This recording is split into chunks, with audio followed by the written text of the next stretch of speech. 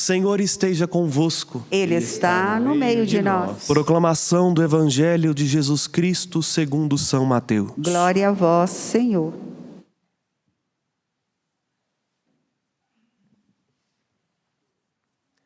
Ao descerem do monte, os discípulos perguntaram a Jesus: por que os mestres da lei dizem que Elias deve vir primeiro? Jesus respondeu: Elias vem e colocará tudo em ordem. Ora, eu vos digo, Elias já veio, mas eles não o reconheceram. Ao contrário, fizeram com ele tudo o que quiseram. Assim também o Filho do Homem será maltratado por eles. Então os discípulos compreenderam que Jesus lhes falava de João Batista. Palavra da salvação. Glória a vós, Senhor. As palavras do Santo Evangelho sejam perdoados os nossos pecados. Podem assentar-se vocês que aqui estão presentes. Mais uma vez quero cumprimentá-los na alegria de acolhê-los aqui, na Casa da Padroeira de Minas Gerais. Também quero cumprimentar os membros da família dos devotos de Nossa Senhora da Piedade, nossos grandes benfeitores que nos ajudam a chegar a tantos corações neste momento, pela TV, pela rádio e pela internet. Concluindo esta segunda semana do tempo do Advento, nós somos chamados a sintetizar aquilo que nós ouvimos desde domingo, o munus profético que somos mais do que chamados, nós somos exortados a viver. Vejam, aguardamos a manifestação gloriosa daquele que há de vir. Jesus Cristo, o Senhor, o bendito fruto da Virgem Maria que assumiu a nossa condição humana e mudou a nossa história entrando nela no Natal, nos trouxe aquilo que tanto desejamos, a vontade de Deus. E um dia há de vir para elevar a nossa vida à condição dele. No entanto, a nossa missão de cristãos, porque cremos na sua vinda e aguardamos a sua volta, é preparar um povo bem disposto, a começar de nós, a começar do nosso próprio coração, para que quando ele vir julgar os vivos e os mortos, possa dar à maior quantidade de pessoas, e por que não a todos, o dom da salvação por causa da observância dos mandamentos. E aqui há algo que tanto na época de Jesus, quanto ainda hoje, nós não entendemos muito bem.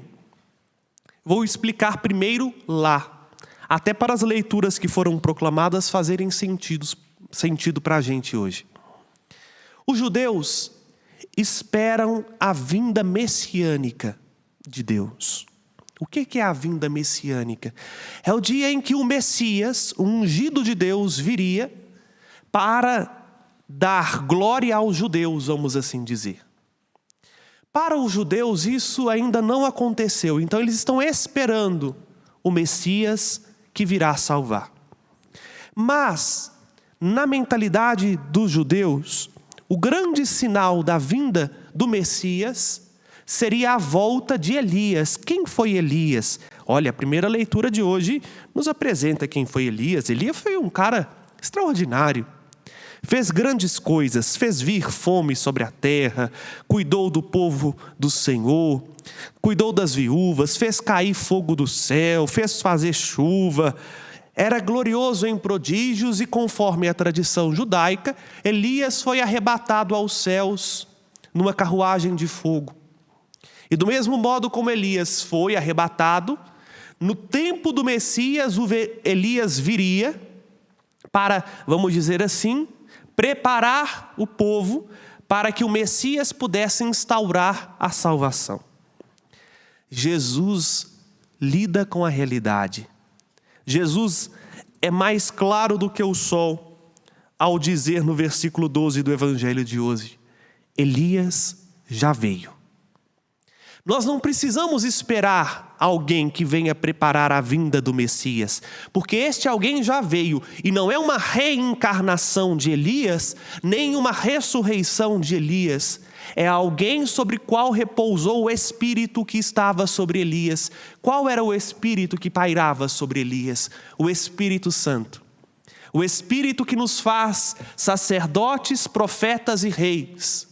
Esse Espírito pairou de modo pleno para acumular o coração de um profeta, João Batista, que tinha esta missão de ser aquele que aplainou os caminhos para a vinda do Messias. Vejam, Jesus, quando os discípulos perguntam para ele, porque este evangelho está imediatamente após a descida do Tabor, quando Jesus chama 3, vai lá para o alto do monte e lá se transfigura, mostra para eles a sua divindade, e os discípulos ficam perplexos e aí entendem, peraí, então o Messias é você. Então por que nós estamos esperando Elias? Cadê o Elias?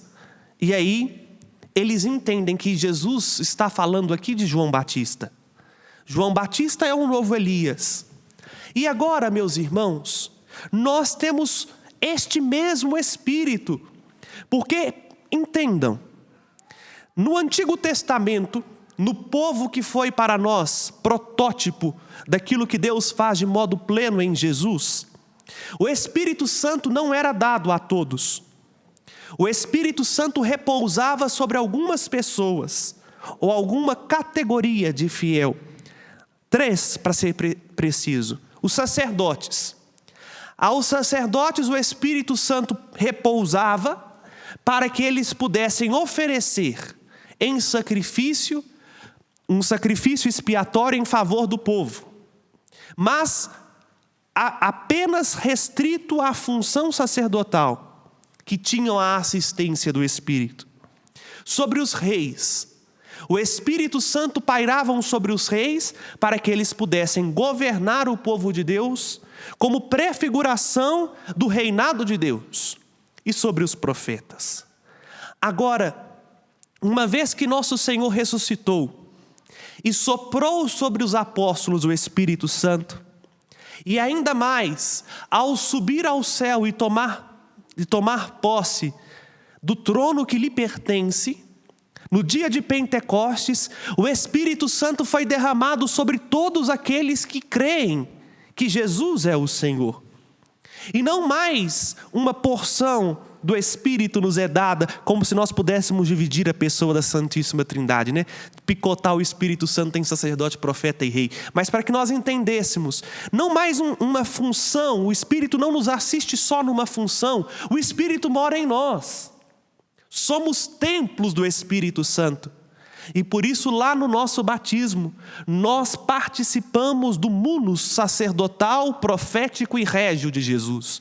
Todos nós somos, na força do Espírito Santo, sacerdotes, porque podemos falar diretamente com o Pai no Cristo.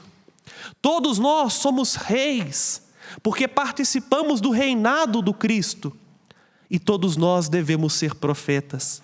E aí hoje está a nossa missão. Nós, no nosso batismo, nos comprometemos agora em aguardar o Messias que virá. E Ele espera que nós vivamos, sob a luz do Espírito, a nossa missão de ser profeta.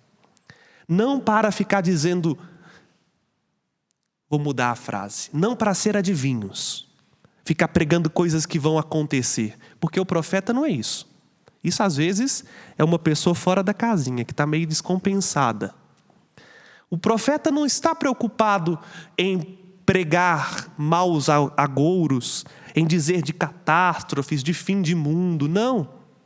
O profeta tem uma missão primeira: ouvir a voz de Deus. E aí, meus irmãos, nós precisamos urgentemente redescobrir a força da profecia que o Espírito nos chama, porque nós não estamos mais escutando Deus que fala conosco nos acontecimentos da nossa vida. Na sua palavra, por meio dos sacramentos, através das pessoas, nós estamos nos tornando surdos espiritualmente. E parece que Deus não nos fala mais. Pelo contrário, Deus continua nos falando. Deus continua se mostrando a nós, porque somos todos no Espírito Santo profetas. Nós podemos escutar o Senhor. E nós precisamos com urgência redescobrir a voz de Deus num mundo carente dele, para que aí sim brilhe em nós a força da nossa profecia, que é o testemunho. O profeta é alguém que, por escutar a Deus, vive de um modo que brilha como um luzeiro nas trevas. Claro, ser luz num mundo que escolhe trevas é criar inimigos, é criar indisposições. Sem precisar falar nada, alguém que escuta a voz de Deus incomoda um monte de gente, porque essa pessoa não se deixa corromper. Esta pessoa não abre mão dos seus valores. Esta pessoa tem uma alegria, até mesmo diante dos sofrimentos e das dificuldades. E quanto uma pessoa alegre incomoda as pessoas. Eu tenho percebido isso cada vez mais com muita lucidez. Parece que o mundo tem prazer em ver as pessoas tristes. E as pessoas que não têm alegria querem a todo custo puxar alguém que é alegre para baixo. O cristão vive uma alegria que não é pautada em coisas externas e passageiras. A nossa alegria vem do alto. A alegria do Senhor é a nossa força. E aí nós precisamos urgentemente preparar os caminhos do Cristo, que não mais vai vir para salvar, mas vai vir para julgar. E o seu julgamento é no amor. E aí, agora, a missão de ser Elias está comigo, está com você.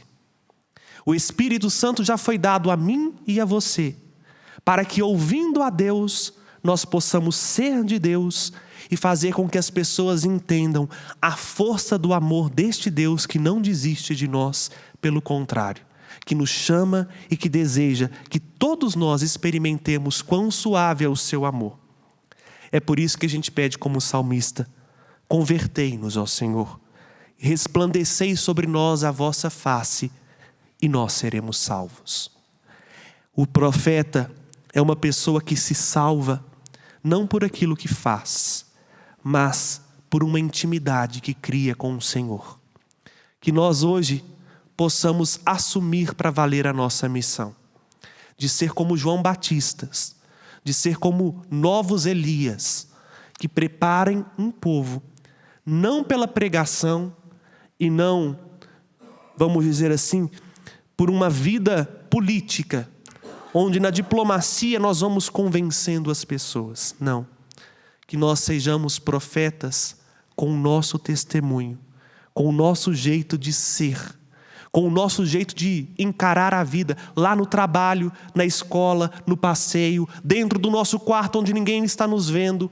Ali é que nós somos chamados a dar testemunho de que amamos a Deus, de que ouvimos a sua voz e de que assumimos a nossa missão, de antecipar a sua vinda pela santidade da nossa vida e fazer com que as pessoas entendam que é possível sim ser santo, que é possível sim ser feliz, porque aquele que é a fonte veio a este mundo para nos dar de beber do seu Espírito. Ele, o Senhor, já viveu a nossa vida, morreu a nossa morte e nos dará a graça de participarmos da sua ressurreição, se deixarmos nos guiar hoje pelo Espírito Santo que Ele mesmo nos deu. Louvado seja nosso Senhor Jesus Cristo. Para sempre seja louvado. Com confiança, irmãos e irmãs, fiquemos de pé e apresentemos